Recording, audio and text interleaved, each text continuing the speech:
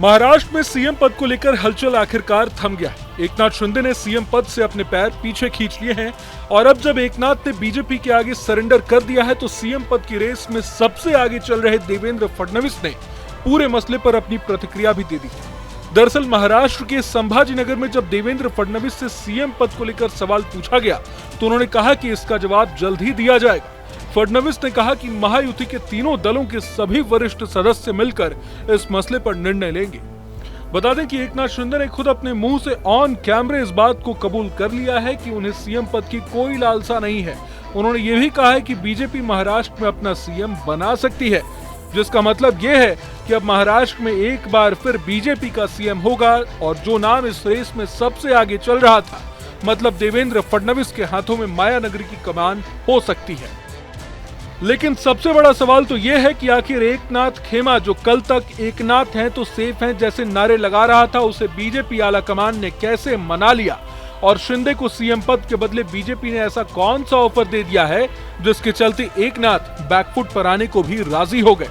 माना जा रहा है कि सीएम पद छोड़ने के बदले अब शिवसेना शिंदे गुट महाराष्ट्र कैबिनेट में बड़े मंत्रालय की मांग बीजेपी के आगे रख सकती है। यही नहीं, शिंदे का फ्यूचर क्या होगा इसे लेकर दो थ्योरीज भी चल रही हैं। एक तो ये कि शिंदे डिप्टी सीएम पद स्वीकार करें और देवेंद्र फडणवीस के नेतृत्व में काम करें। दूसरी थ्योरी ये है कि वे दिल्ली जाएं, जहां उन्हें मोदी कैबिनेट में मंत्री पद दिया जा सकता है। अब अगर शिंदे दिल्ली जाते हैं तो खबरें ये हैं कि शिंदे के बेटे यानी श्रीकांत शिंदे, जो इस वक्त महाराष्ट्र से सांसद हैं, उन्हें बीजेपी डिप्टी सीएम पद का ऑफर दे सकती है। एकनाथ शिंदे की प्रेस कॉन्फ्रेंस से कई बातें निकलकर सामने आई है।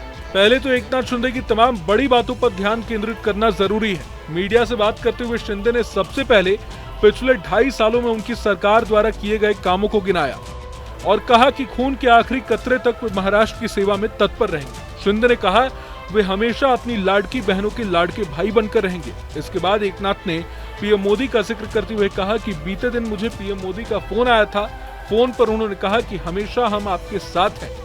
आखिरकार जाते जाते शिंदे ने कहा कि बीजेपी का सीएम बनने से उन्हें कोई ऐतराज नहीं है। अब सवाल ये कि आखिरकार महाराष्ट्र के अगले सीएम का शपथ ग्रहण कब होगा और महायुति खेमा खुद आधिकारिक तौर पर कब तक सीएम पद की घोषणा करती है। तो बता दें कि एकनाथ शिंदे ने इस सस्पेंस से भी पर्दा उठा दिया है। शिंदे ने बताया कि कल यानी 28 नवंबर को उनकी दिल्ली में गृह मंत्री अमित शाह के साथ बैठक होनी है, जिसमें महायुति खेमे के तमाम लीडर्स मौजूद होंगे और इसी बैठक के बाद आधिकारिक तौर पर मुख्यमंत्री के नाम की घोषणा होगी। सुनिए। इसलिए महायुति और तेजी से काम करेगी और केंद्र सरकार और राज्य सरकार मिलकर बहुत आगे बढ़ेंगे और निश्चित रूप से इस महायुति की सरकार स्थापित होगी। और इसीलिए जो मैंने आप लोगों को कहा कि लगा कि क्या हुआ, मैं तो कल आदरणीय प्रधानमंत्री जी से भी बात की, उनको भी कहा सरकार बनाने में हमारी तरफ से कोई अड़चन नहीं है, आप निर्णय ले लो। जैसे आपके भारतीय जनता पार्टी को आपका निर्णय अंतिम रहता है, हम भी महायुति के कौन लीडर है, एनडीए के लीडर कौन है, मोदी जी है, अमित भाई है, तो उनको कहा कि मैंने अमित भाई जी को भी फोन किया, मोदी जी को भी फोन किया, सरकार बनाने में हमारी तरफ से कोई भी रुकावट, कोई भी अड़चन, कोई भी कुछ भी किसी भी तरह का अड़ंगा नहीं है। आप बेशक आप निर्णय ले लो, उस निर्णय की तामील हो जाएगी, निर्णय की अमल हो जाएगी। और मैं आज आप सबको कहता हूं कि भारतीय जनता पार्टी के वरिष्ठ नेता जो निर्णय लेंगे मुख्यमंत्री पद के बारे में, जो उनका कैंडिडेट होगा, उसको हमारा शिवसेना का पूरी तरह समर्थन है, पूरी तरह हमारा पाटिंबा उनको है। ये आपको बताने के लिए मैंने आज सबको बुलाया है। बता दें कि महाराष्ट्र में 288 सीटों पर हुए चुनाव में महायुति खेमे की भयंकर जीत हुई है। बीजेपी ने रिकॉर्ड 132 सीटें जीती है, जबकि एकनाथ शिंदे की शिवसेना ने 57 और अजित पवार की एनसीपी ने 41 सीटें जीती है।